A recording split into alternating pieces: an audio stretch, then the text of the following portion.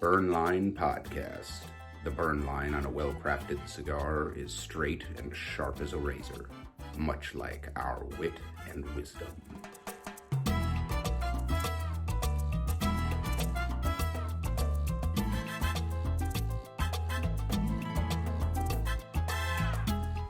And what is up, ladies and gentlemen, boys and girls, children of all ages, over the age of 21. You are listening to Burn Line Podcast, coming to you not live from the hot box, the smoky back room where deals are struck and fortunes are made, adjacent to the Phoenix Room, nestled amongst the complex of rooms that comprise tobacco on Main Street, Westminster, Maryland, USA. I'm Johnny Midas. I'm El Fumo. I'm Tom. Hi, Tom. And we smoke cigars. And today we are smoking the Caldwell Lost and Found Peppercream Soda Sungrown. So, we are smoking the Robusto 5x50. Now, this does retail here at Tobacco on Main Street for $16.99. It has an Ecuadorian sun-grown wrapper with binder and filler from the Dominican Republic. And it's kind of cool and different. And also, we're going to talk about Caldwell and this cigar, and then boutique cigars, of which Caldwell is. So, to do that, we have got to get this cigar rolling. So, why don't we start with presentation? I think that this is really well done. The outer box is fine. The individual cigars, the band is embossed, and it's probably black, and then like this, I don't know what you'd call it, lime green maybe. Mint green. Mint green, yeah. Although it's not really black, it's actually like dark brown, but I think that's a printing issue. The wrapper is interesting. Mine's really pretty. There's a little doohickey there. Yeah. Yeah, I got a little spot down at the foot on mine. Missing a triangle won't be a problem, but Worth noting. Not perfect either. Veiny. It's not as dark as a lot of sun-grown. However, it's Ecuadorian sun-grown. So what is Ecuadorian sun-grown? Cloud covered. A shade wrapper, right? Yes, cloud cover, which is good. That should mean that it's a little milder, right? So I think it's pretty good looking. Why don't we go ahead and get these cut? The official cutting brought to you by Lord Baltimore Distributors. The official cutting is brought to you by Lord Baltimore Distributors. Featuring proprietary blends available nowhere else, Lord Baltimore Distributors are meticulously crafted boutique cigars made in small batches for every palate. Lord Baltimore Distributors, when only the best will do. And as always, we remind you to clip that cigar with authority, no limp-wristed cutting allowed. Anywhere near Burn Line Podcast. And we're just tapping out the head of the cigar. I liked Ethan's approach last week. What did he do again? He used to just do that. He packed it before. Mm-hmm. I like this way. As long as you do a soft, fleshy part and you're not too violent, because you can crack the wrapper. But It's just about dislodging the 90% loose leaf. yeah. All right. I think we should get these lit. I've got my STD Pont lighter today. Tom? Still working the New York Quad jet line that you cannot kill. Doesn't matter how many parts fall off of it. This thing always lights. And the always trustworthy Old Faithful Vertigo. Also Quad Torch. Yeah. All right. The official lighting is brought to you by 2C Premium Coffee. The official lighting is brought to you by 2C Premium Coffee. Keep your day fueled with delicious coffee from 2C Premium Coffee. Featuring select beans from Bali, Kenya, Ethiopia, and around the world, 2C Premium utilizes continual roasting, so you are always getting a truly fresh cup of premium coffee. 2C Premium Coffee, morning made us. And as always, we remind you, toasted, not roasted. Treat that cigar with the love and respect it deserves, and it will return the flavor.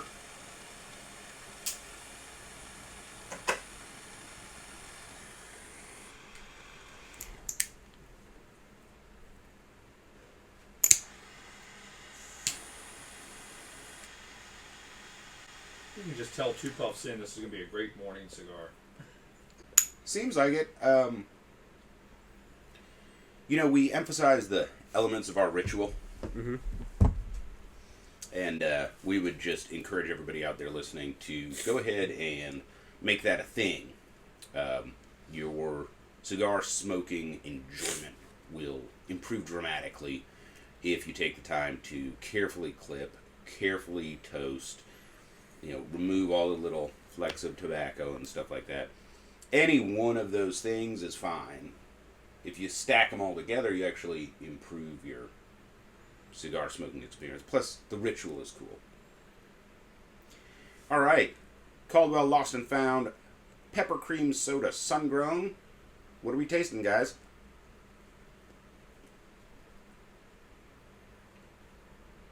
It really is peppery, though. Holy Yeah, crap. but white peppery. Yeah. Mm-hmm.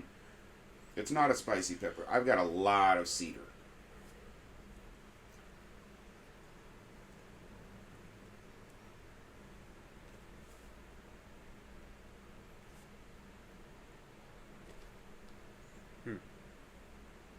There's some kind of sweet cream. Not sure how to define it better than that. It's very light. Yeah, It's about I'm the wondering third if or that'll... fourth flavor in. It helps make it rounder than it should be with the pepper. I'm wondering if that'll move to the forefront. Yeah, there's a little creamy something there.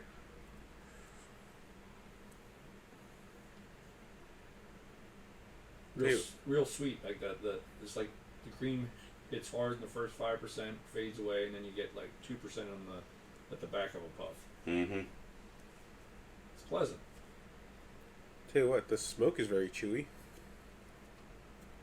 Yeah, it is. If you curl the tip of your tongue up a little bit as you're drawing the smoke in, that changes the experience significantly. There's sweetness and a little coolness when you try it that way. Yeah, it hits the undertongue. Mm-hmm. Now I'm finding that cedar.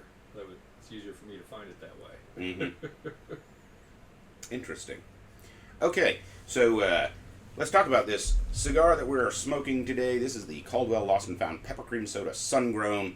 We are smoking the Robusto 5x50, which retails for $16.99 here at Tobacco on Main Street. It does feature an Ecuadorian sun-grown wrapper with binder and filler from Dominican Republic. Pre-show smoke tasting notes, very complex. Interesting. Cedar, pepper, mineral salt, gin, green olives, sugarcane. So those are some things that I tasted throughout the smoking experience. I gave it a strength of 5, and I'm not quite at a 5 right now. I think I'm at a 4. What do you think? Yeah, agreed. 4. Straight up 4. Yeah, it's at light. the front. And it's always interesting. I'm not don't have quite the developed palate you guys do, but it is interesting when you guys throw out a note I don't expect, and then I find that note. I'm just not, they're there. I'm just not as good as you are at identifying them. If you're the green olive thing, I'm like, damn, he's right. Thank you, sir. It's in there. It's in the mix. So for body,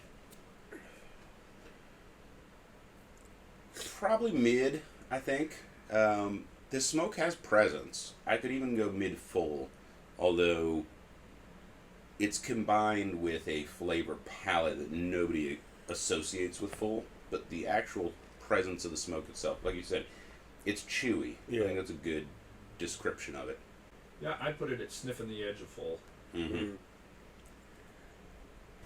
The Caldwell Lost and Found series. Here's what AI has to say. It's a collection of highly limited edition, small batch cigars sourced by Robert Caldwell and his team from various factories. I wonder if he goes by Robert or Bob. Do you think we'd get in trouble if we called him Bob C? One way to find out.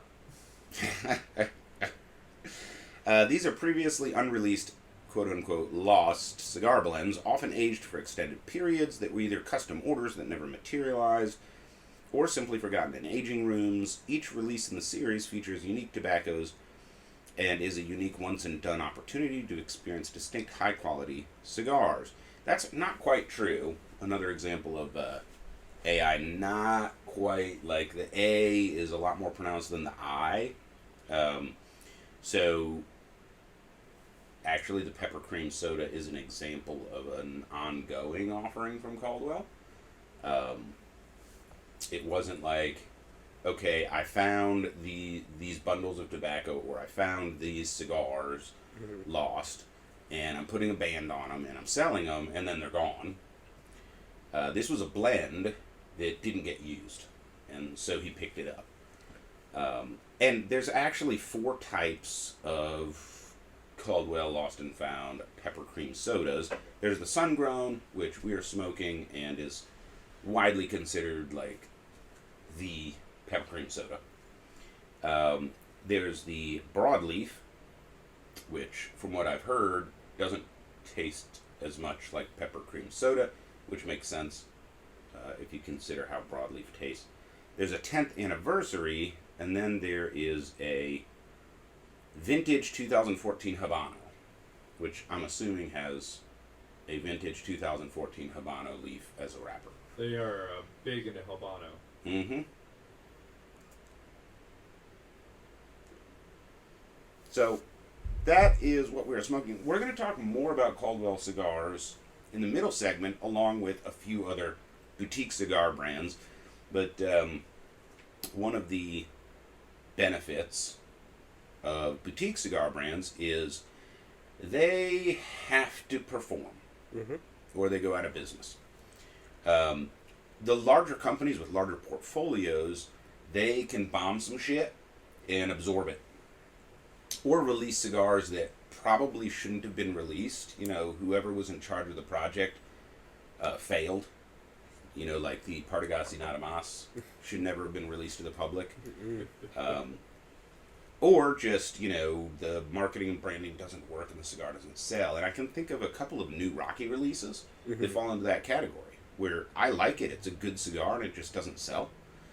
Tom, you might have a better perspective on this, being a retailer, but... Again, you know, it does boil down to, from the retailer's aspect, it doesn't matter whether the cigar is any good or not, how much it costs, $5, $10, $50. It only matters whether it sells. It could be the dog shit cigar. Tastes just like dog shit. If it sells all day long, I'm going to carry it. Conversely, best cigar in the world. If I don't sell any, sorry. bye. So, do you think, though, for Rocky specifically, do you think he came out with too many new sticks too quickly?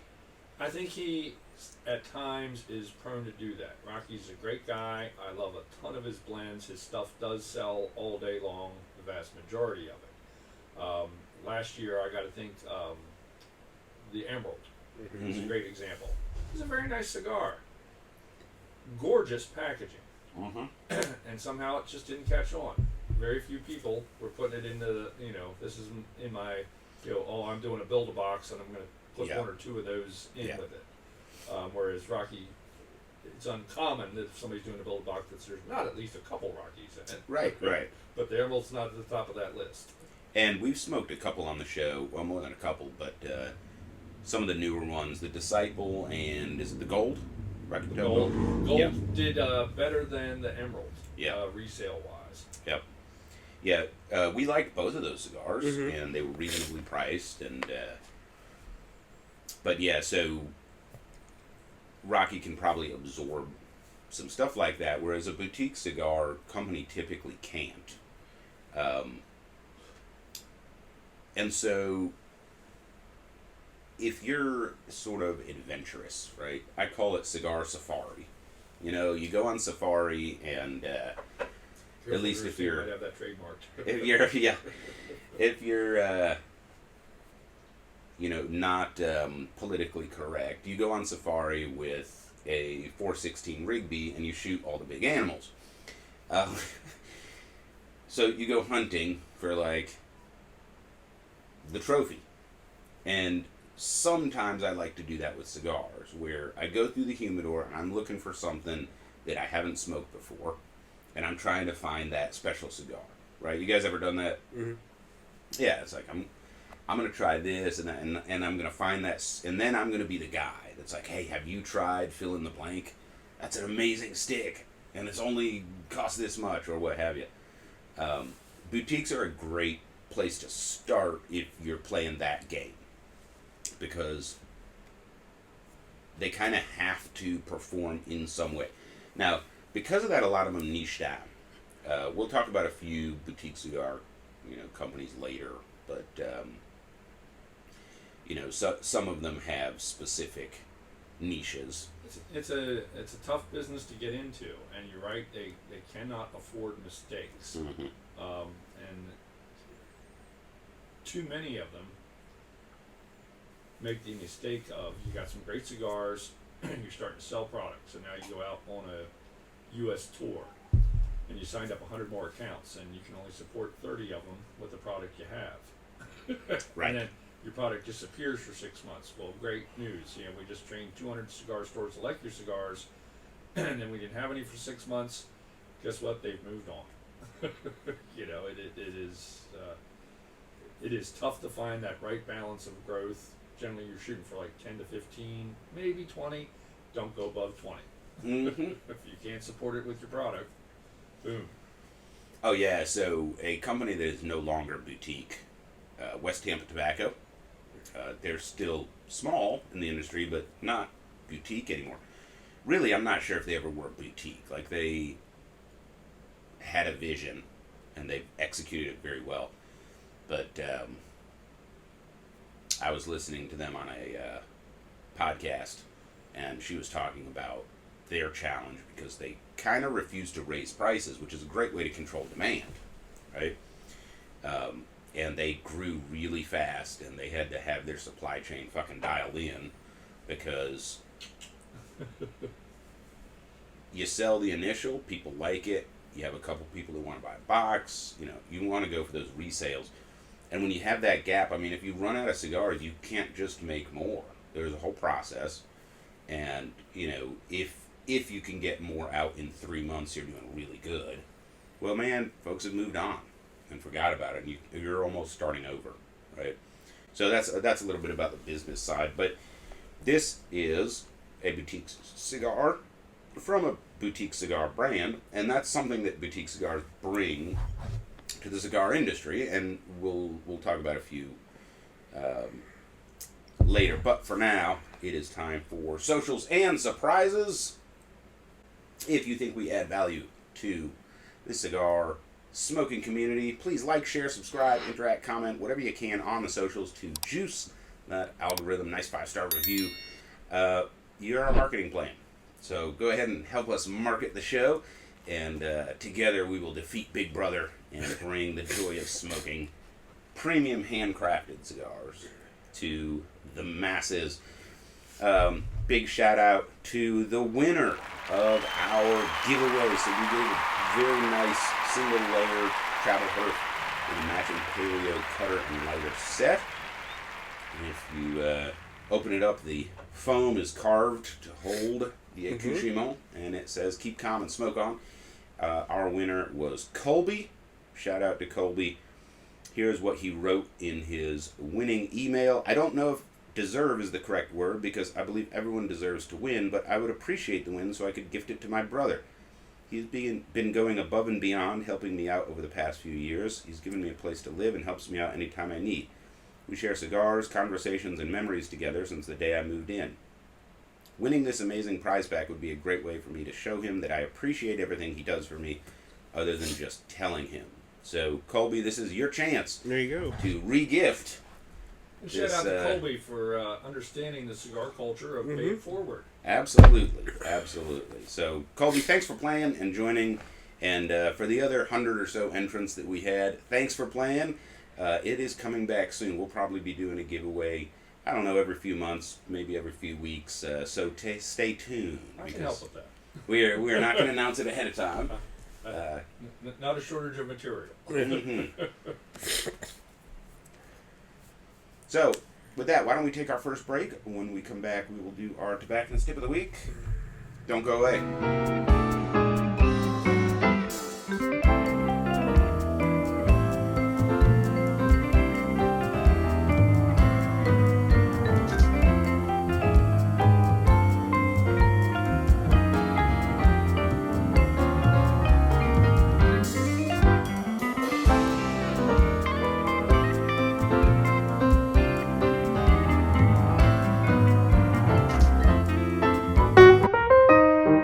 now your tobacconist tip of the week with Angel Solorio.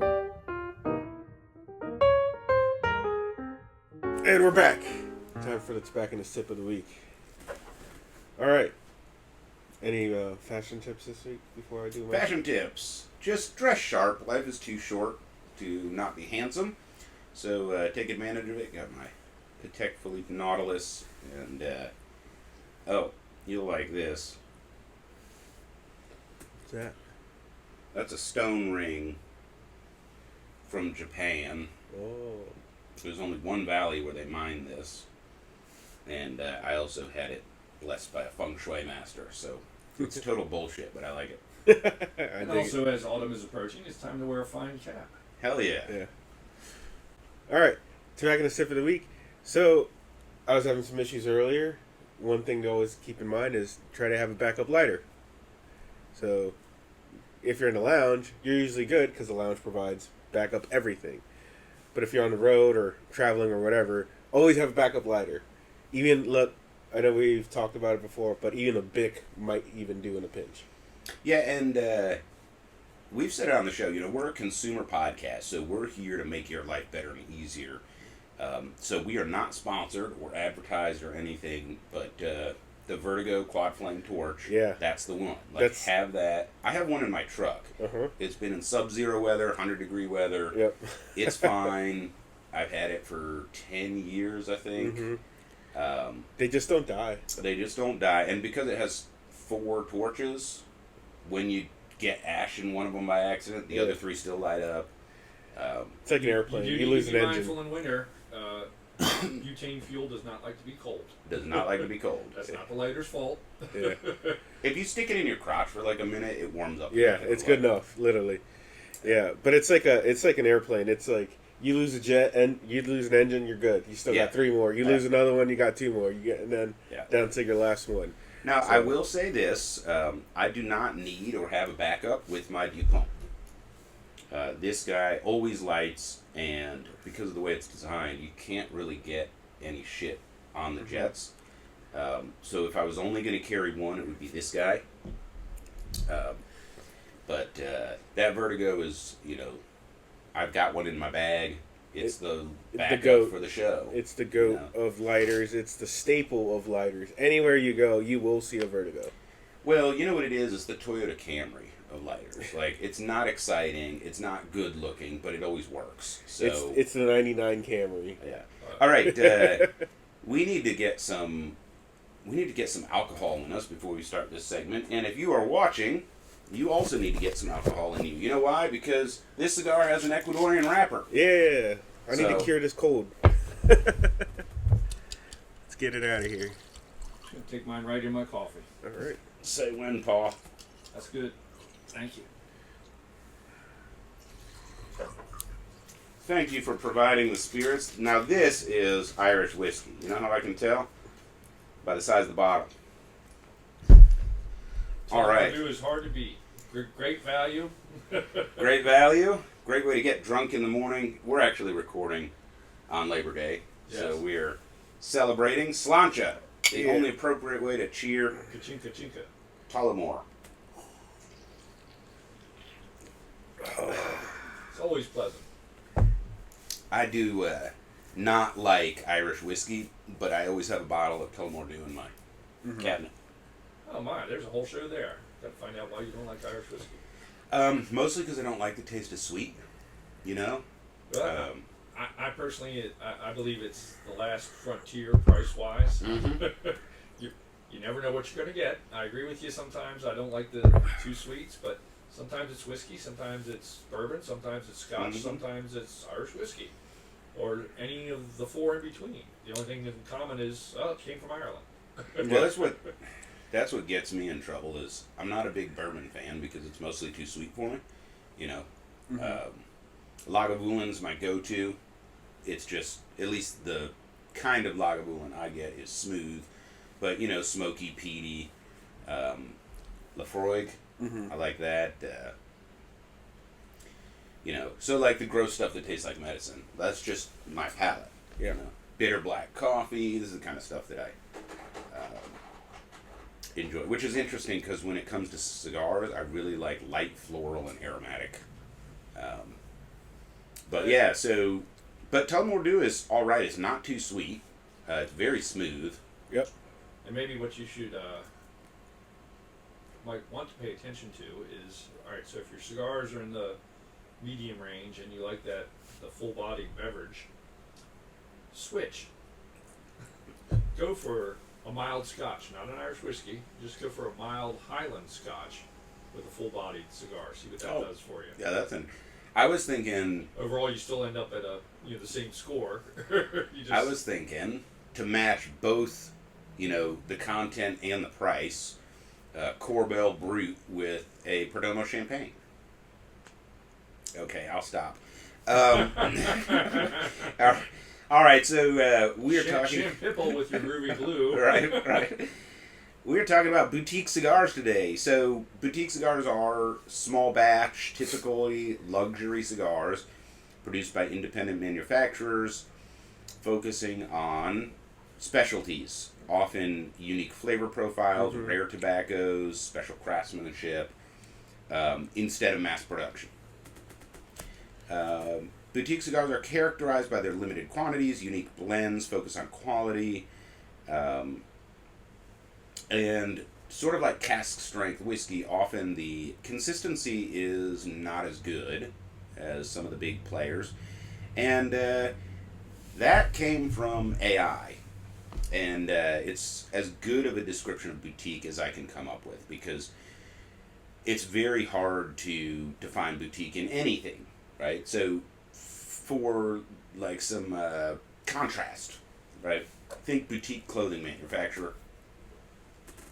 What sets them apart? Well, they're not big like Nike or Under Armour. But I mean, Ferragamo is also fucking huge, right? If you've heard of it in clothing, it's probably not boutique. Probably not. And so there's like a scarcity, rarity element, and some of that does have to do with volume. But I think some of it is sort of philosophy and approach. There's an artisanal element to what we would call a boutique cigar. So a small cigar manufacturer doesn't necessarily qualify. I mentioned West Tampa, they're not that small anymore.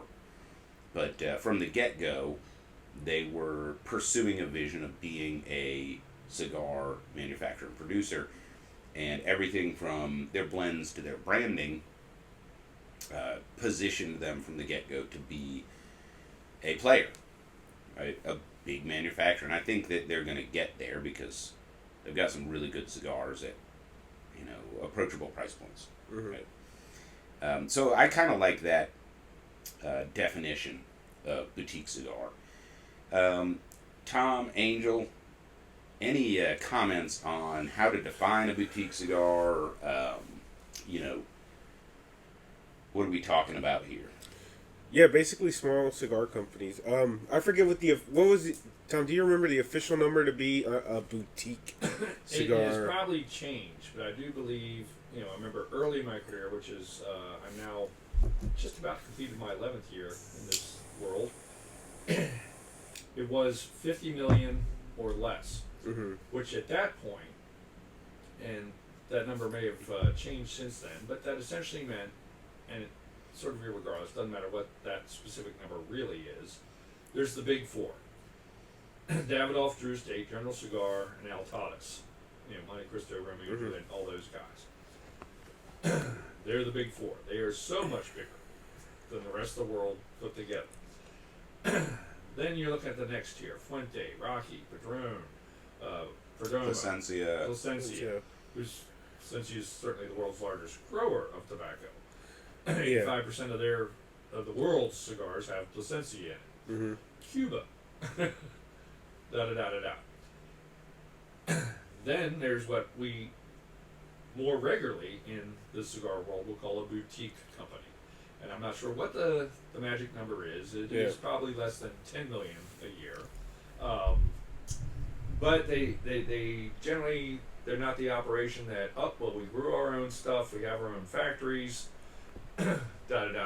It's very hard for them to do that. So they have to source their tobacco. They source getting the stuff rolled.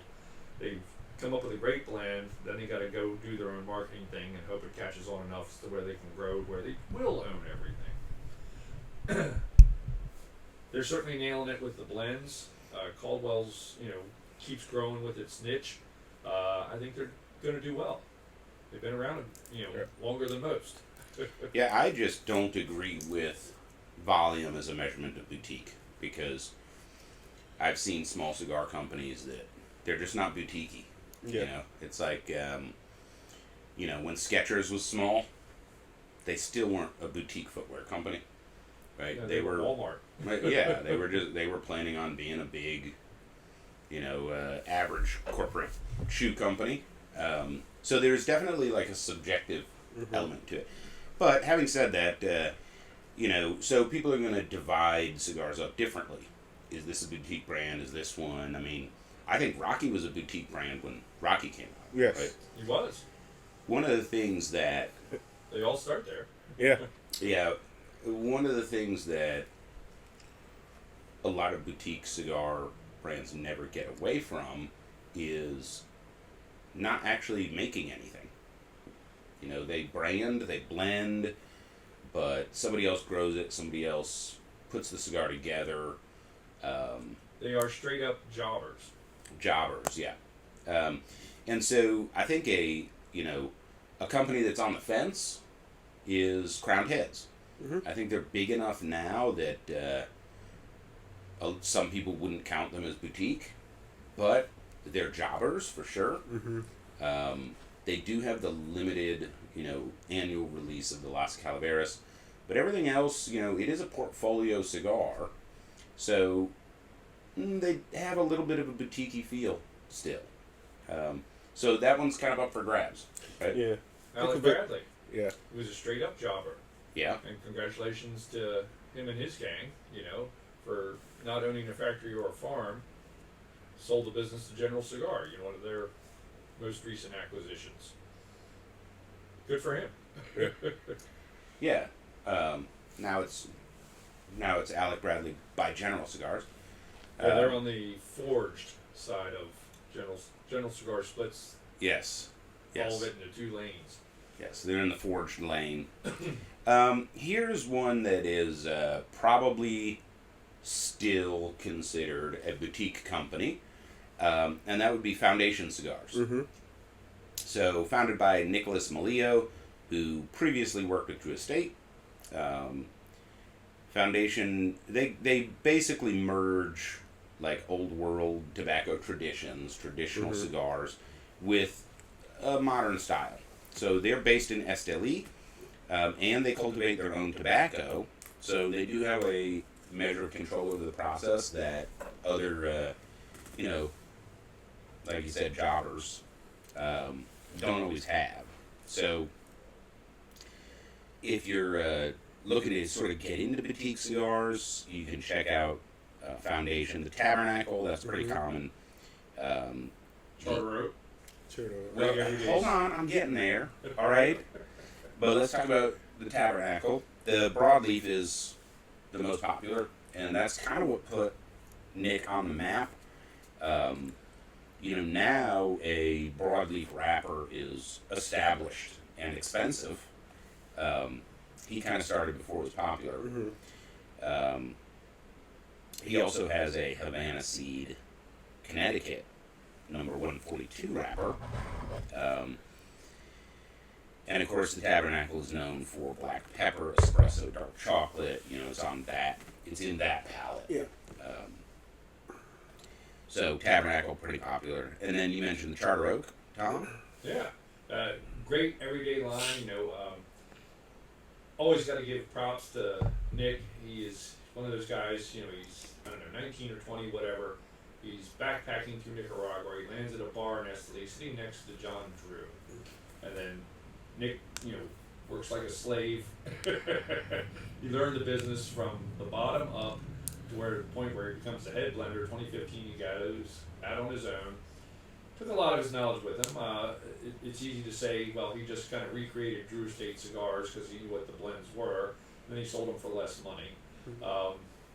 But he is, I'm going to say, after AJ, he's one of the premier blenders of Nicaraguan tobacco.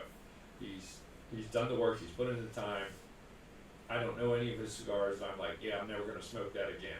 There aren't any of them. There are lots of them that I'll buy more frequently than I will the others. Certainly the Tabernacle Broadleaf being at the top of the list. And while I should verify this story with Nick himself just to make sure it's true, I've heard it a number of times from a number of sources. When the Liga 9 first came out, 2010, 2011, whatever, everybody saw it for 2 years. This is the best cigar on the planet. Year 3, everybody says, something's different. Drew Estate doesn't care to comment. Nope, same cigar. Da-da-da-da-da. What I've heard, I don't know if it's not verified. The first 2 years, the wrapper leaf came from a very small farm. Whether through growth, politics, who cares? Drew Estate lost access to that farm. They go to the farm next door. Okay, that's as close as you can get, but it's different. Nick goes out on his own. Guess who gets access to the little farm? The Tabernacle is the original Liga 9, is the bottom line of that story. Oh, that makes sense, actually. And his headquarters actually is in the Connecticut River Valley. He certainly has an operation in Esteli, but his corporate headquarters is right next to a tobacco farm. And of course, the probably the third most famous Tabernacle would be the Olmec, which is fairly new. What is it, 2 or 3 years old now? Yeah. Fantastic cigar. Everybody wants it all the time. Oh yeah. And it's known for its earthy flavors. So that's Foundation Cigar Company.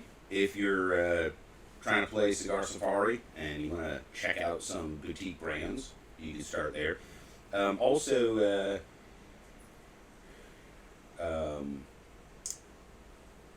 the full-bodied experience with the broadleaf wrapper, I feel like Foundation kind of invented that. I'm thinking back, like the Suarez from Crowned Heads, I think they kind of really popularized the Mexican San Andres wrapper. Like, that wasn't really a thing when that came out. Right. I feel like Nick Melillo did that with the Connecticut, or the broadleaf, not the Connecticut shade, the Connecticut broadleaf wrapper, well fermented. And now it's like super popular and it's really expensive. And the Pennsylvania broadleaf, which, honestly, the two are, I think the only difference is where it's grown. I think it was the same seed. And you got to think, Drew Estate was big into that early on, and you got to think that, well, because Nick was the head blender, he was certainly the vast percentage of that drive while his time at Drew, and he just continued that. Pennsylvania does make some fantastic broadleaf. The Amish know what's going on. And if I might be misremembering, I know when some of the Liga products came out, like, they weren't advertising that this was broadleaf wrapper. Am I remembering correctly? That is correct, because they didn't want other people. Yeah. The Lancaster, I don't know if it extends beyond, but the tobacco market in central PA is actually all goes through a tobacco broker. Right. It's all sold through him, to the point where it's always all bought up, and he actually will tell his Amish farmers, this is the seed you want to plant for next year. Right, You got it right. sold. Yeah. Yeah, and from what I've heard, Pennsylvania is actually sold out for like 3 years. But it's not going to surprise me in 5 or 10 years that right now a true Connecticut grown shade wrapper is the most expensive leaf on this planet. 5 or 10 years there might be a contender. Yeah. Yeah. All right, before we jump into our next boutique, let's go ahead and touch back on this cigar. I'm halfway done. This isn't a huge cigar. It's a 5x50. And so I'm going my second third. And, of course, we are smoking the Caldwell Lost and Found Peppercream Soda, Sungrown. And I think it's time for some tasting updates. For starters, it goes reasonably well with the Talmor New. I think I think Tullamore is like, what's the word that I'm looking for? It's like not generic. That's the wrong word, but it's plain enough. It goes with a lot of stuff. It's not overpowering, right? It doesn't Actually, kill I the think palate. for me anyway, the sweetness that's in Tullamore is kind of honey-esque. Mm-hmm. It's it's took out the sticky sweet, Mm-hmm. but it still attained that nice floral sweetness. Yeah. And that's going very well with this cigar because Yeah. the rich sweet cream, Yeah. straight out of the cow, Yeah. that's kind of, for me, it's faded. It's still got that sweet tone. So now we're adding a little more sweet back in. The woody notes are certainly helping this. Well, speaking of broadleaf Maduro wrappers, that is the one thing that Tullamore does not go with, or any Irish whiskey that I've tried. So, although, like you said, the only requirement to be called Irish whiskey is that it's made in Ireland, so you could probably find one. But tell me what you're tasting, Angel. Honestly, some more of the same notes that I had right at the beginning. I have like a kind of like a dip in and out of the creaminess. I think the pepper's laid off of. Yeah, that as well. It kind of like mild it off, honestly. Like a little. Yeah. I think it's not going to surprise me if it picks up as I'm about to enter the sweet spot. You Yeah. definitely get a lot of pepper, unintentionally or not. It's just can't help but get a little harder, stronger as you go. And obviously, this being mostly Dominican tobacco, I know it's not going to sneak up and like sucker punch me and knock me Yeah. out. Yeah, so for me, the pepper has dropped off. There's that mineral note has come out, and the cedar is still cedar forward. The cream is basically gone right now, and all of the other flavors. So right now, it's a very simple tasting cigar. So in the first third, there was some interesting notes, including like near the end of the first third, gin and green olives. Like it almost reminded me of a dirty martini. Just a hint of it, but it was still there. Right now, it's like earthy mineral notes and cedar predominantly, and the pepper is just a ghost of pepper. Really, what I'm experiencing is I'll take a puff, and even with the retrohale, there's not really any pepper, and then I stop and I talk like this, and I taste pepper on my palate and on my tongue. It's kind of still there, and I'm with the mineral thing. For me, it's sort of some dry dirt with the powder off of rock salt. Yeah. That's a great. That sounds like a Johnny Midas description. Yeah. If you're walking through a rock salt quarry while carrying what is that thing that the priests Yeah, there's way back- incense yeah. burn. And they're burning cedar. yeah, they're burning cedar. That's what. Yeah. Right on. All right, so we're talking about boutique cigar brands, and this is a great way to expand your palate and your experience and everything, and find some special stuff. So my next boutique cigar brand that I'm going to highlight is Romacraft. So Romacraft tobacco, Romacraft Tobacco. Mhm. They lost the O. They never experienced the O. Come to Baltimore. Yeah.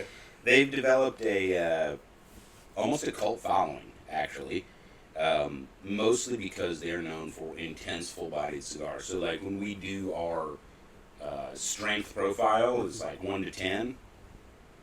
1 is like an Atabey, and 10 is like a Neanderthal, right? So their, philosophy would be quality tobacco, experienced craftsmanship, and fucking punch you in the face cigars. So they produce their cigars at Fábrica de Tabacos Nica Sueño in Esteli, and they have a few popular cigars. So the Cro-Magnon, that's kind of bold, rustic, earth coffee, dark cocoa, not sweet at all. That is like, if you took the coffee that I enjoy and turned it into a cigar, it would be that cigar, right? Which is, like I said, it's ironic that I will drink that, but I don't like it in my cigars so much. Ooh, sorry. Too much coffee this morning. And, of course, the Neanderthal that I just mentioned, and that is known for its high priming ligero tobacco, and it fucking smokes like it. Deep, full bodied. Don't smoke this on an empty stomach. Don't smoke it at night because you won't be able to go to sleep. Drink something with it. Yeah, this is not alcohol. Not alcohol. Yeah. Like, stay hydrated. Drink a liquid IV of this, but the Neanderthal, pretty famous offering. And the Intemperance. So the Intemperance was like designed to celebrate the end of Prohibition. This is a more mild cigar for them. Creamy notes of cocoa, nuts, bacon, spice. It's a really good cigar. It's in my regular smoking rotation. So Roma Craft, if you're into strong. Now we started with, like the Tabernacle, from Foundation Cigars. Foundation is really known for, full-bodied strong cigars as well. So maybe I fucked up. Maybe I should have included a boutique that's known for milder cigars. I can't think of any though. DBL. Yeah. Okay. Yeah, he's got a Yeah, good yeah. cigar. Yeah, I think The DBL, Amarillo, well, the man, second I don't gen. know, though. Yeah, the second gen is in my permanent humidor. I know you love that one. Yes, so I have a few cigars that I always stock in my humidor, right? And the DBL second gen is one of them. I don't know if DBL counts as boutique. Technically, yes, but I don't think so anymore. I think he's on the fence just because. Oh, he's absolutely boutique. Is he boutique? Yeah. He is boutique. Okay. Well, so the retailer has spoken. He's boutique. Whatever the numbers are, in my mind, there's 3 levels. Mm-hmm. The 4 big, the next level, and then that. He's definitely boutique. Roma Craft, they have publicly stated they will only ever grow or produce 5 million cigars a year. Yeah. I love and respect that they've found their lane, they stick to it. I would actually say that the craft I would put in my top 5 of all time, except I can't get enough to keep it in my humidor. Right. Too hard to get. But to the point where it gives them such control over. Some brick and mortar was busting their balls online 3 years ago. Bye. Yeah. So DBL stands for Dominican Big Leaguer, and he'll tell this story like Dominican Republic is known for 2 things: cigars and baseball, right? And Big Papi and all these famous Dominican professional baseball players. So yes, that is a good call out if you're looking for a boutique cigar that is milder, because Roma Craft and Tabernacle are both known for strong cigars. Check out DBL. The second gen, I think I had that on as like a 2.7 on strength. Absolutely delicious. Love that cigar. It's not for everybody. If you want something that punches you in the face, that's not one for you, right? But I think I don't know, even La Tavla is so mild and for Reno Maduro, yeah, and that's a lot of tobacco. Yeah, but it's a true Maduro as well. Yes, right. It's not a dark, strong cigar that I'm going to call Maduro because it has a dark wrapper. DBL is certainly one of the ones on my list for next year of bringing in. I have so many months a year that I got to get the focus on. Well, you're going to need a new cabinet. No, I don't want to increase my storage. Just got to keep rotating through what's new and what's exciting, Well, we love the selection here back on Main Street, especially the special cabinet. Unique, hard to find, out of print. Lanceros, Lancero, capital of the Mid-Atlantic region. All right, so the last company that I'm going to highlight, well, with an asterisk, because I got one more for you, but Caldwell cigars. So we are smoking a Caldwell. This is the Peppercream Soda Sungrown, which is considered like the Peppercream Soda. If you say that, you're thinking about this one. So Robert Caldwell is the founder, and what he does is he searches for rare, aged, unique tobaccos to create distinct blends. They're really known for their striking artwork, as well as like unique flavor profiles, and they job a lot of their stuff. Many of their cigars are produced in the Dominican Republic.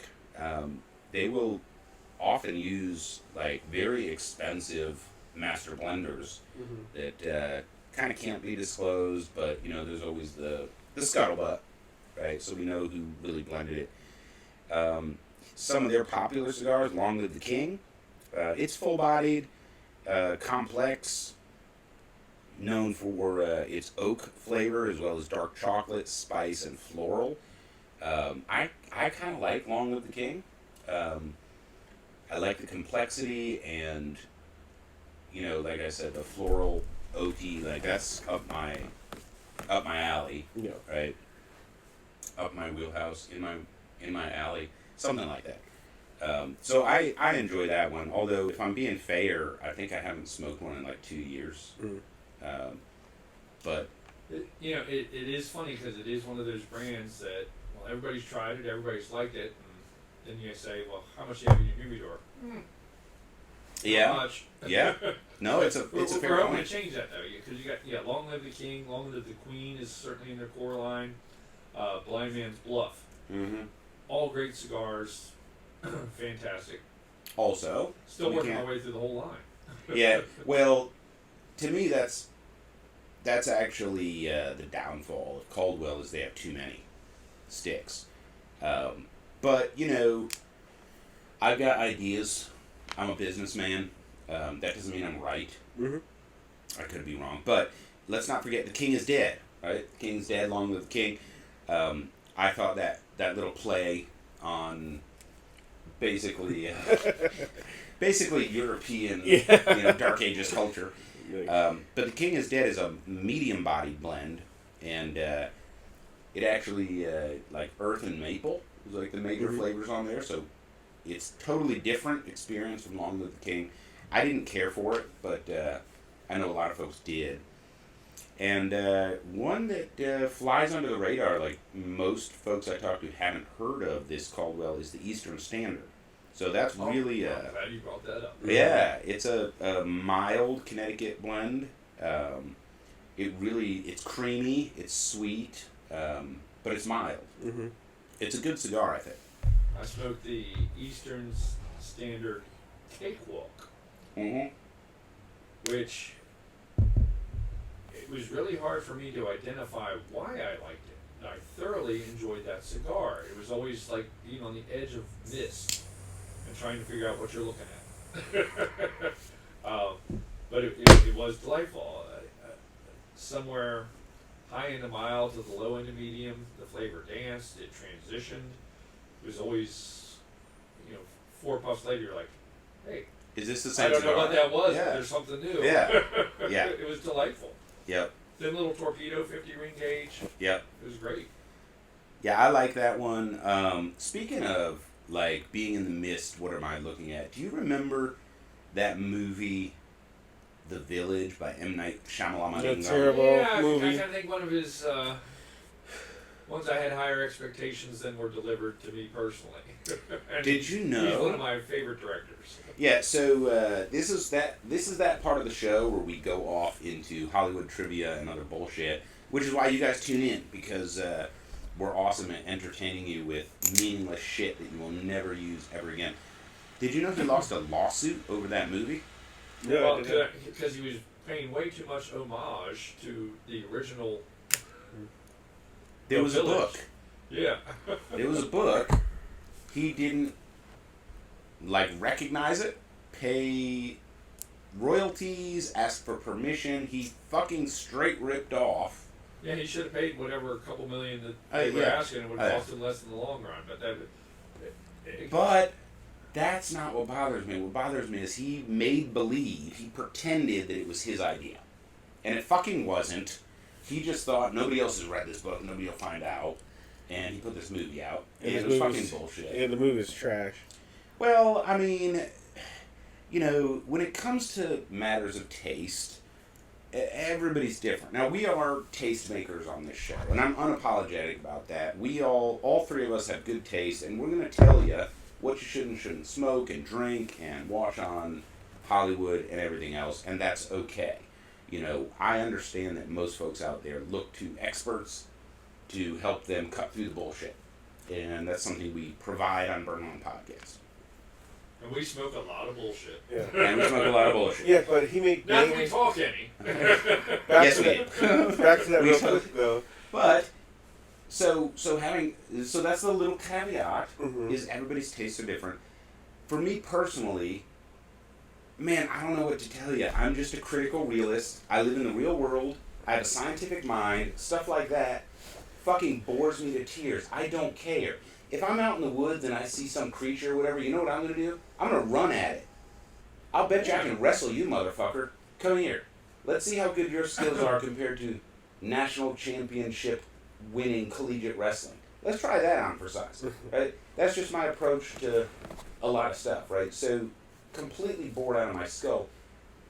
And I have a little confession to make. I watched like 17 minutes of The Village. And Oh my I was God. so It was bored. absolutely, I don't know, I don't remember exactly how long it was, but I'm thinking it was like three and a half hours, and it absolutely was one of those movies when you finish watching, you want, I want my life back. Yeah. Yeah. Now, so, you know, I can't be a critic because I didn't watch it because I was just...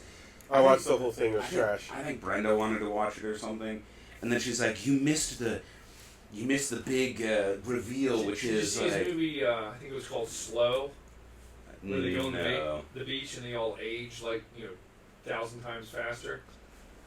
Would have been a great 35-minute movie.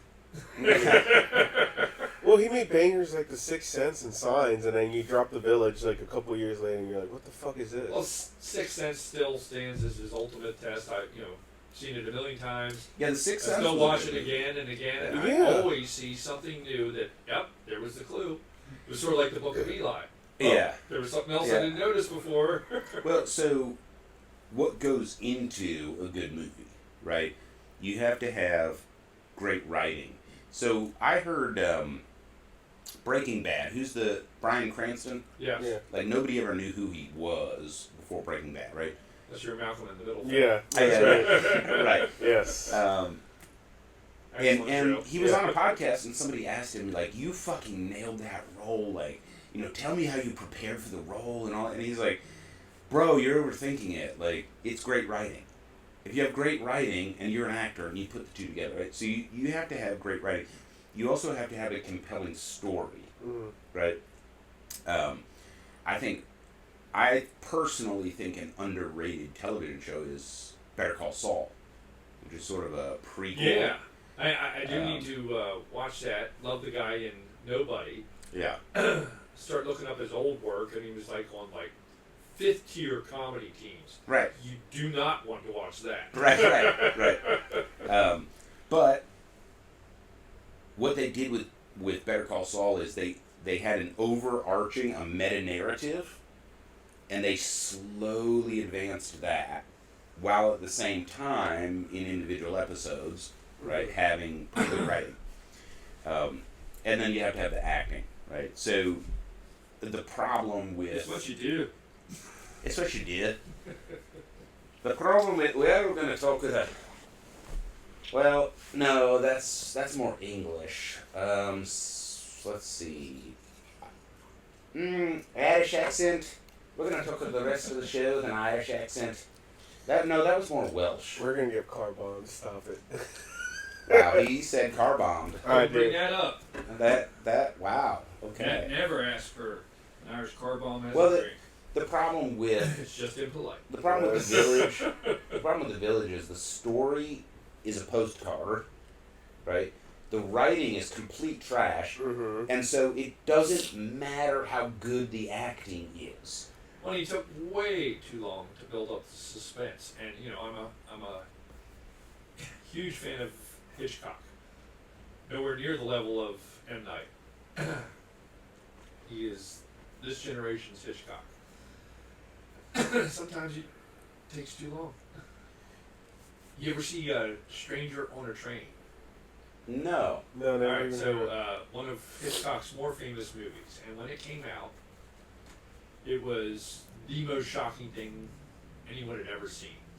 And the premise is there's a lady on a train, and there's a stranger on the train. That's the threat. Including, there's the held shot over 45 seconds of her going, when she realizes there's a stranger on the train, of her going, and they held it for 45 seconds. The timing was just so different in Hollywood movies back then. Yeah. M. Night, too many speeded up. I'm not a fan of the, you just saw 12 frames per second with 4 different camera angles. I'm sorry, you're making my temporal lobe flash.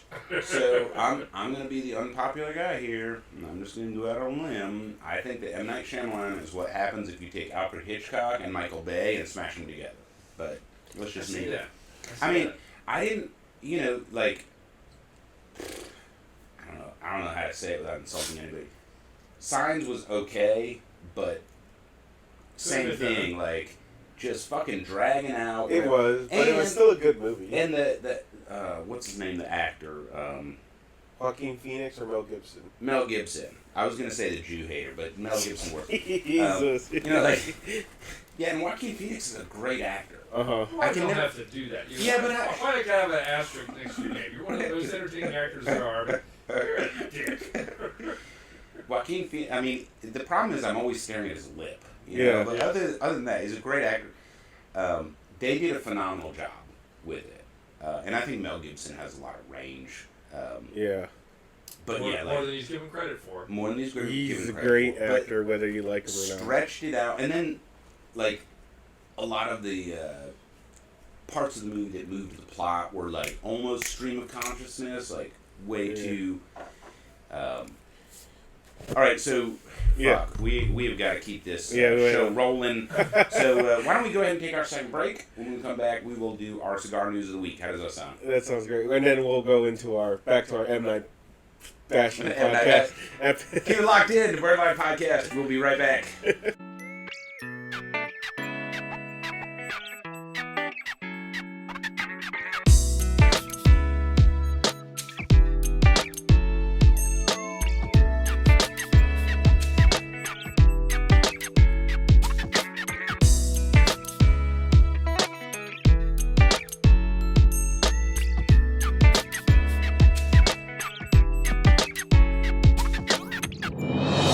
Your cigar news of the week with Angel Solorio.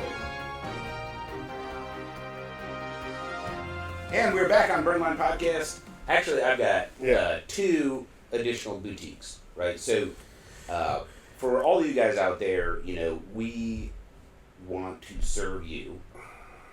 This is a consumer podcast, and I left some important names off the list, right? So, 2 additional boutique cigar companies. The first one is Blackworks Studios. So Blackworks Studios is famous for fucking strong cigars, right? So I feel bad because we already talked about some strong cigar companies, Rome Craft, Tabernacle.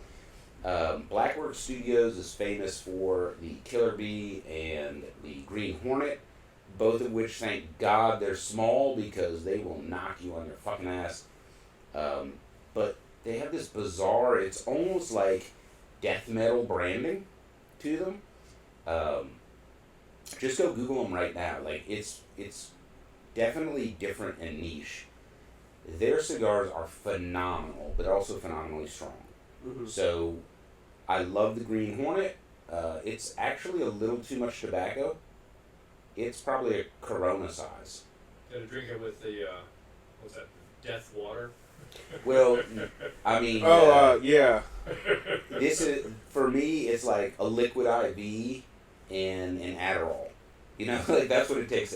And then the Killer Bee is much smaller, so it's like a petite Corona, and that's just the right size because by the end, I mean, it is a fucking strong cigar. But I think they're worth it, and they have a few more brands than that, but I think they're worth throwing out there if you're playing Cigar Safari and you're going hunting and you're hunting for a strong cigar. I would start there, actually. And then, Tom, you brought up the ultimate boutique brand, Tatuaje. They were originally, they're original. They're the kind Pete of ones Johnson? That, yeah, the ones that, kind of put it on the map. Tatuaje certainly has made, and still makes, some phenomenal blends throughout the year. My knock on them as a retailer is your bands are too freaking thin because there's no room for a UPC or even when you print my own sticker and put it on it. So that's a logistical hurdle. But they make some great cigars. They have also, because they led the way, they sometimes get forgotten.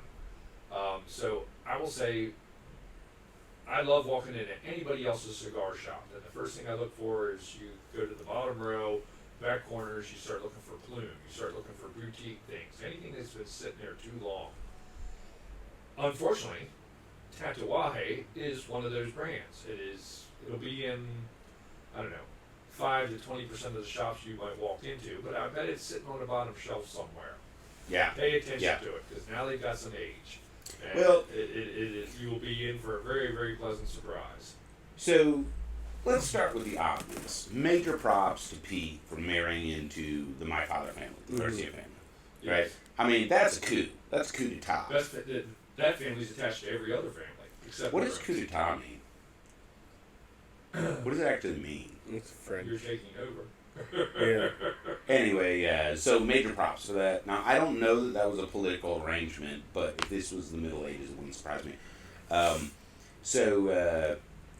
What Tatuaje has is some really good core line stuff, but also limited editions like the Monster series, highly collectible, Yeah. delicious. I've got a bunch of them. What was last year's? The werewolf? Yes. In an actual Redux. coffin? It was a Redux, Redux. but it was it was a different blend. Mhm. They tweaked it, they made it better. Uh-huh. The first Wolfman Mhm. is very, very nice. I could not keep the Redux on the shelf. Yep. Yeah. So, one of the things that sets Pete Johnson apart is this isn't all he does. He also makes wine and he tattoos, hence Tatuaje and all this shit. And he's like, I have this much time and I'm going to dedicate that to cigars. What you get is what you get. Right? And I was going to talk about Steve Saka and Dunbarton Tobacco and Trust, but fuck you, Steve.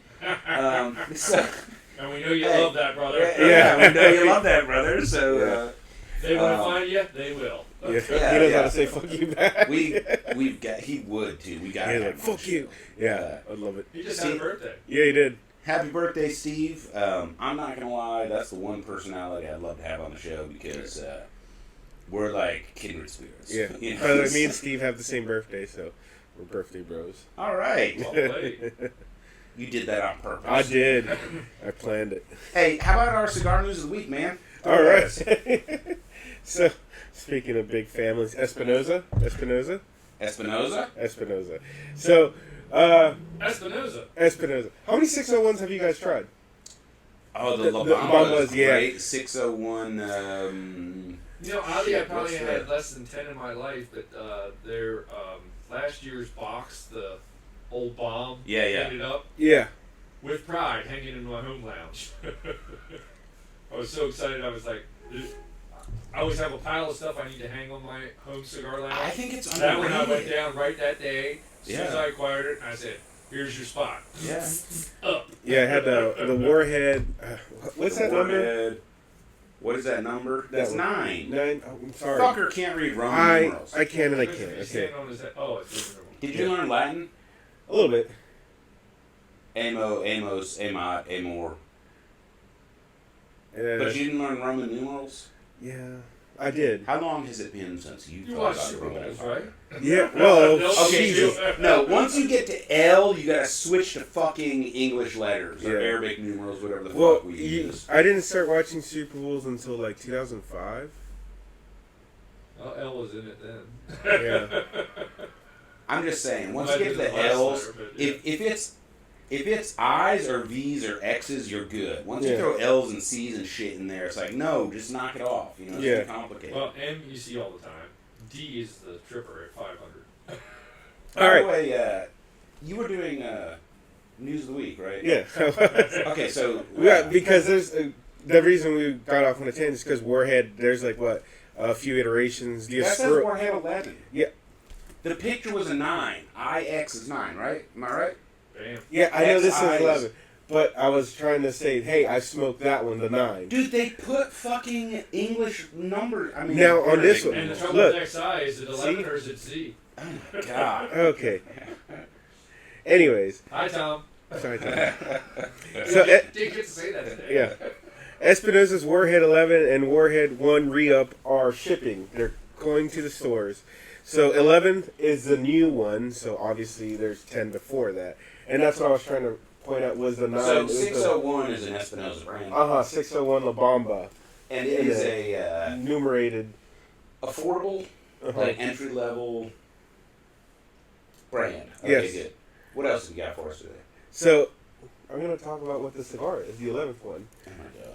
The La Bamba Warhead 11 is a 6 3/4 by 54 oval figurado. So that's kind of cool. Yeah, That's that's in So- good shape. So, yeah, I think that's Makes me their... think La Auroras. Yeah. Yes, yeah. So, but it's kind of bomb shaped now. It's like most Yeah, of them were it's like, like a bomb. yeah. Yeah. Some of them were like, It's a bomb. Be Reg- careful how you light it. yeah, Yeah. you ride it off an airplane.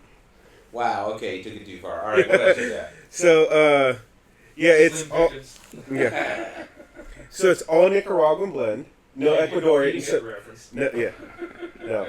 So, Fucking youngster. no shot today. So all Nicaraguan, no Ecuadorian in it. I'm gonna take a shot anyway. And then, which has a broadleaf wrapper.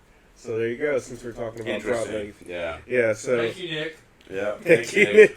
So yeah, and like you said, affordable. I think for what did I say, 16 3/4 by 54, $15. Fuck yeah. Yeah. I'll jump right the That's fuck right, into there's a- Yeah. Yeah, I'll jump right into that. Yeah, that's damn affordable these days. Fucking A. The tobacco to price ratio is fucking on point, so I would definitely do that. Alright. And then what did we smoke not the Ethan episode, before that. What did we smoke? I know we smoked. That'd be a diesel, wasn't it? No, we did an Oz. Oh, yeah. Oh yeah, with the Osner. Uh-huh. So now, I talked about this last year. So Oz Family Cigars is returning for 2025 on the Tennessee cigar. For the Okay, so they're bringing back the Tennessee, yes, which they're headquartered in Tennessee. yeah, which is the big rivalry, Tennessee versus Alabama, and the shtick is everybody smokes a cigar, after, and then the team self-reports and say, hey, we smoked a cigar in the locker room, yada yada yada. We'll take the fine. But yeah, so They Tennessee. can afford to find out. Yeah. They're getting paid. Yeah. Yeah. So that's one of the things. By the way, this has a very large sleeve on it, and it's hilarious. Watch the game at the end because there's so many people lighting the sleeves up. It is hilarious. So that's something we mentioned. Hey guys, remove the sleeve. No, you know what they should do? They should make the sleeve out of flash paper. Yes. So yes, that is. It's Somehow design it, though, that it actually does light your cigar. That would be awesome. Perfectly. Yeah. Little gunpowder in the end. Yeah.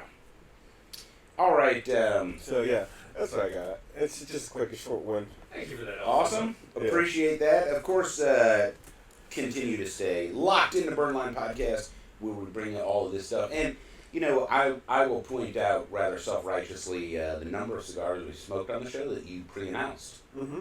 in the Cigar News of the Week. We can't always do that because there's a fuck ton of cigars out Oh there. yeah. But appreciate you giving everybody a heads up. So, we were smoking the Caldwell Lost and Found Peppercream soda, and we're all done. Yeah. So- I'm out. I will say this, that, this episode's a little longer, but it burned kind of fast. Yeah. You By know, the way, it's usually, super ashy. It is, yeah. And it's a nice, high-quality ash. The Yeah. tobacco's been aged well. But it burns a little fast. Most Robustos barely, we've still got an inch left at the end of the show. This one, we're all done. So, We're only about an hour, right? yeah, so let's go ahead and rank it. Starting with presentation, fucking love the band. Mm-hmm. Very eye-catching. You picked a color that is not common Not common. in a anybody's humidor. It stands out. It's a simple design. It works. Yeah. Kudos. What do you think? What do you give it? Give it like an 8. 8. It's kind of straight to the point. Straight up 8. Yeah. I had a 7, so we'll go with 8 on that. Shout out to Caldwell for, not mailing it in Yeah. when it comes to the graphic design and everything. We talk about it a lot on the show. Presentation is huge. Artwork in cigar. I mean, there's fucking coffee table books on cigar art, right? So if you're, half-assing that part of your production of the cigar, you're missing out. Like, that matters to cigar smokers. Always has. So let's talk about construction. And, we typically kind of start with 10 and take points off. The burn was fantastic. No issues. You guys have any issues? Yeah. No, I mean, other than that little, very small triangle with chip being off the foot, Yep, you had everything that. else about it was perfect. Yeah, it burned at the same rate, burned smoothly, no issue there. Great burn line. One Yes, light. one light. But, yeah, you had some tobacco leaf missing off of your wrapper. It looked like fucking cancer on the wrapper. I don't know what it was. You didn't have anything? No issues with clipping or anything. So, we can take a couple points off for the wrapper production and give it an 8. Yeah. Yeah. Solid 8. Solid 8. Alright, so that brings us to price value, and we mentioned this retails for $16.99 here at Tom's, and of course Maryland, you got the floor tax. Mm-hmm. But MSRP is like $14, so you're going to pay a little bit more than that wherever you are. I think for a Robusto, it's overpriced. I agree. I do think it's special. So I haven't tasted a cigar that tastes like this. That's really special because I've smoked 10,000 cigars, right? And so that affords a little bit higher price tag. However, Tom, let's get your retailer perspective on this. So I was with you because I'm thinking, $17 for a Robusto. Robusto on its best days, 45 minutes to an hour. And I had smoked it before and still kind of had that opinion going into the pre-taping of, buck or two off would have been nicer. Of course, I'm always going to say that as a consumer. I want it that way. But I'm going to say at $17 for this is a unique flavor profile. For me as a consumer, I'm not going to do a box. But this is something I'm going to maybe put 2 to 4 of in my humidor. It is because of that price point. If it costs less, I would do more. But it is worthwhile flavor profile to have some. It is unique. Yeah. So, Angel, what are you thinking on price? 5. 5? Yeah. Tom, what have you got? I'll give it a 6. I was going to go with a 7, so 6 is right in the middle. Okay. So why don't we do that? So that brings us to flavor. I loved the complexity. Notes moving in and out. One thing that is interesting is the final third, which we didn't really talk about flavor notes in the final third. The final third, I got this, the mineral, and it kind of turned into baking soda, and it had almost a sparkly flavor like you would associate with a carbonated beverage, which I thought was super cool. Now, it took the whole cigar to get there, and it lasted for 10 minutes, right? But it was pretty cool.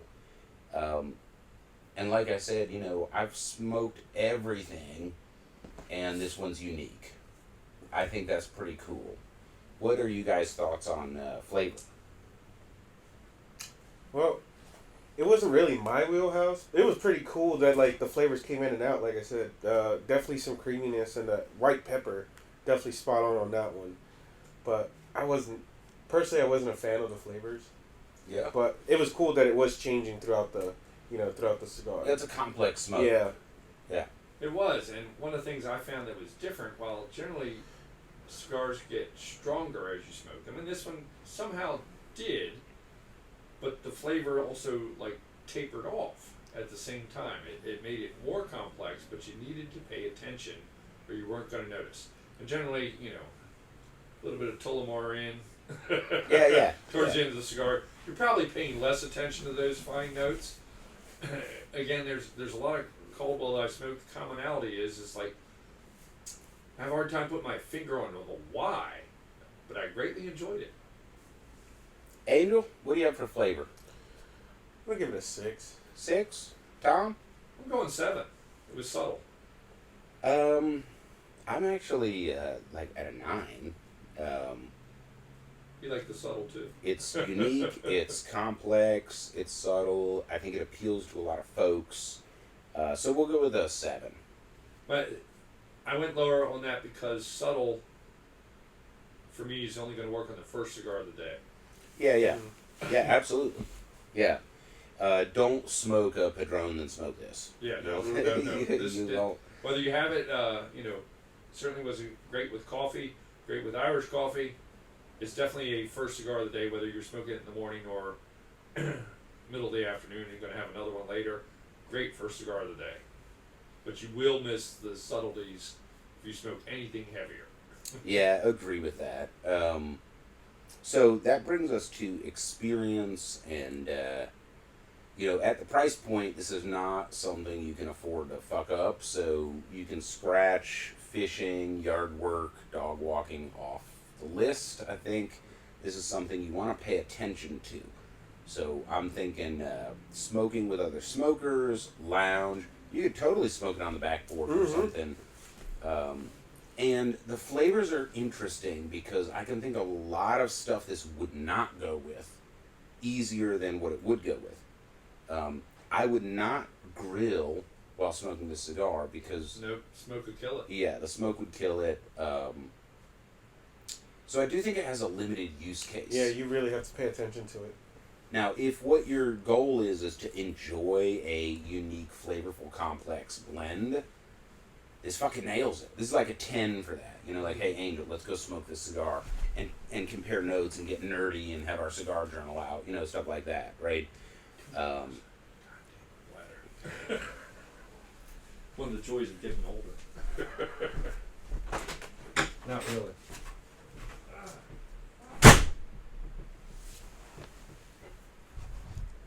Not our best guess.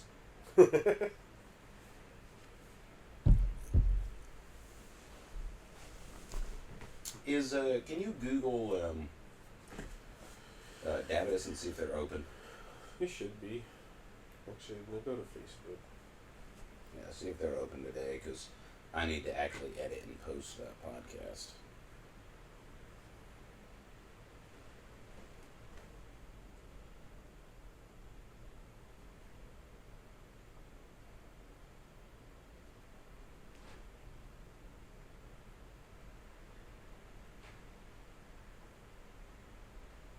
Yeah, they're open 11 to 5. Yeah, so very short hours today. What else is open? I need to get some fucking food. Probably a decent amount of everything. Is Life is Pizza open? I'm sure they are.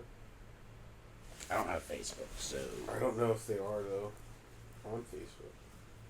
I don't know what they're on. They're not on the general internet.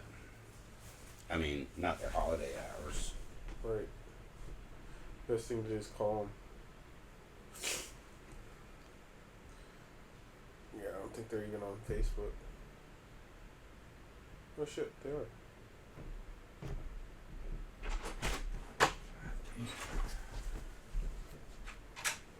But getting older still beats the ultra. I think they are open.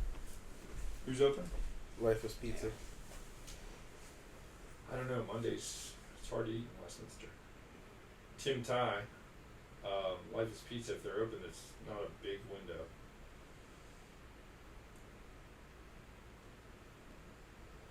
So overall, I would say for experience, it's limited.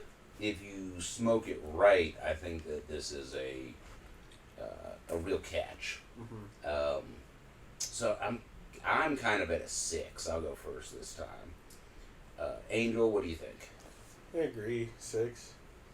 So overall, I'm going to agree. Where I do think this cigar has a unique niche.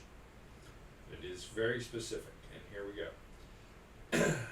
Too many cigar guys and girls, they make the mistake of they have a friend over, doesn't enjoy cigars, friend's got a couple in them and says, let me try one. And they hand them their own favorite stick. 99% of the time you can't do that. You got to start them off with, if it's a brand new cigar smoker, Baccarat. Yeah. One Try power our with a sweet Connecticut. tip. You do not want to make them sick. You want them to enjoy the cigar. If you gave them a full body Liga 9, an Andalusian Bull, it's Fuck them, wasted. give them a digger. They're going to get sick. Yes, you'll find out if they can swim, and 99.9 cannot swim. LFD Tripoli Don't do it. Where this cigar's niche is if somebody is already at the Baccarat, Romeo and Juliet, Reserve Real, even Acid, Blondie, this is a great next step up. We're now taking you from something mild and sweet to very, very top end of mild, low end of medium, Yeah. unique flavors. Yeah. This is a great, let's open your next door, Alice. Yeah. And while I wouldn't call it a sweet cigar, all of the flavors kind of play in that space, Yes. right? That's the transition. This is Yeah. a great transition cigar.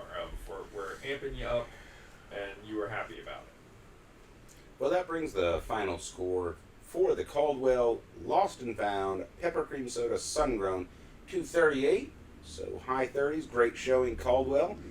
Glad to smoke your product on the show.